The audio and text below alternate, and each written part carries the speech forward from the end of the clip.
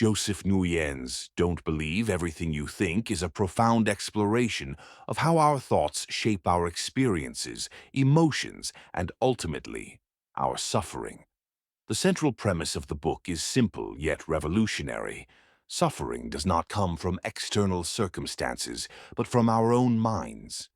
The way we interpret events, the stories we tell ourselves, and the beliefs we hold on to create our reality. If we can change our relationship with our thoughts, we can change our lives. The book begins by challenging a fundamental assumption most of us live by, that our thoughts are always true and worth listening to. From a young age, we are taught to trust our minds, to analyze, to problem solve, and to rely on logic. But what if our thoughts are not always reliable? What if, instead of guiding us toward truth, they often lead us astray, reinforcing fear, doubt, and unnecessary pain? Nguyen argues that the mind is a tool, not a master. When we mistake our thoughts for absolute truth, we give them power over our emotions and actions. One of the most eye-opening insights in the book is the idea that thoughts are not facts. Just because we think something doesn't make it real. The mind constantly generates thoughts, some useful, many useless, and some outright harmful. For example, if you wake up feeling anxious and think, "Today is going to be a terrible day," that thought is not a prediction. It's just a passing mental event. But if you believe it, you will act as if it's true, and your day may indeed feel worse as a result. This is how suffering is created, not by reality itself, but by our unquestioned belief in our thoughts. Nguyen explains that much of our mental suffering comes from overthinking, a habit of dwelling on problems, replaying past mistakes, or worrying about the future. The mind loves to analyze, but when left unchecked, it spirals into endless loops of negativity. Have you ever noticed how a small concern can grow into overwhelming anxiety if you keep turning it over in your mind? This is the trap of overthinking. The more we engage with negative thoughts, the more real they feel and the more power they have over us. Another key concept in the book is the distinction between awareness and thought. Awareness is the silent observer within us, the part that notices thoughts without getting caught up in them. Thoughts, on the other hand, are like clouds passing through the sky of our mind. They come and go, but we often latch onto them, treating them as permanent truths. Nguyen teaches that the moment we identify with a thought, believing, "This is me, this is real," we lose perspective and begin to suffer. A powerful example Nguyen uses is the experience of anger. When someone insults us, the immediate reaction is often emotional pain. But if we pause and examine it, we realize that the pain doesn't come from the insult itself. It comes from the thought, "They disrespected me," or "I don't deserve this." These thoughts trigger the emotion. If we didn't believe them, the insult would have no power over us. This doesn't mean we should ignore real harm or injustice, but it does mean we have a choice in how we respond. We can question our thoughts rather than automatically accepting them as truth. The book also explores the role of ego in suffering. The ego is the part of the mind that constructs a sense of identity. I am successful. I am a failure. I am unloved. These self-concepts are just thoughts, yet we cling to them as if they define us. When something threatens this identity, like criticism or failure, we feel pain because we believe the thought, "This shouldn't be happening to me." Nguyen suggests that much of our suffering comes from resisting reality.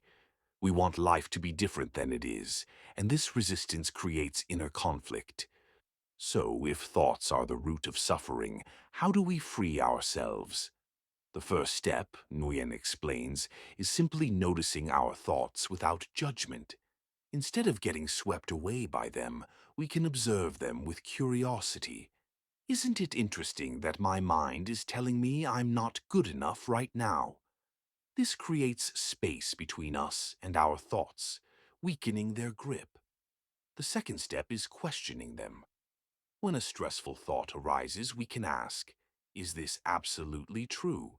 Is there another way to see this? Often we realize that our thoughts are exaggerated or simply untrue. The third step is letting go. Thoughts are temporary. They arise, they pass. But when we hold on to them, replay them, or argue with them, we keep them alive. Nguyen compares this to holding a hot coal. The longer we grip it, the more we burn ourselves. The alternative is to loosen our grasp and allow thoughts to come and go naturally. Nguyen explains that most of us live trapped in an endless cycle of thinking without realizing there's another way to exist. We wake up thinking, spend our days thinking, and often lie awake at night thinking. This constant mental activity creates what he calls the illusion of self, the mistaken belief that we are the voice in our heads. The breakthrough comes when we realize this voice is merely one aspect of our experience, not the totality of who we are. Through simple observation exercises, we can begin to separate ourselves from our thoughts, creating space for genuine peace to emerge. The book introduces the concept of presence as the antidote to thought-based suffering. Presence means fully inhabiting the current moment without mental commentary. When we're present, we experience life directly rather than through the filter of our thoughts. Nguyen describes how even ordinary activities, washing dishes, walking, or breathing, can become doorways to presence when we bring our full attention to them. This practice doesn't eliminate thinking, but puts it in its proper place as a tool rather than a tyrant. A particularly powerful section explores how our identification with thoughts creates what we perceive as personal problems. When we believe thoughts like, "I'm not good enough," or "this shouldn't be happening to me," we experience emotional pain. But when we observe these same thoughts with detachment, recognizing them as passing mental events rather than truths, their power dissolves. Nguyen provides clear methods for developing this observational skill, emphasizing that it's not about suppressing thoughts, but seeing them with clarity and compassion.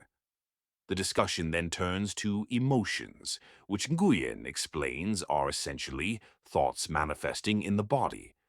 An emotion like anxiety, for instance, is often just a physical sensation combined with fearful thinking.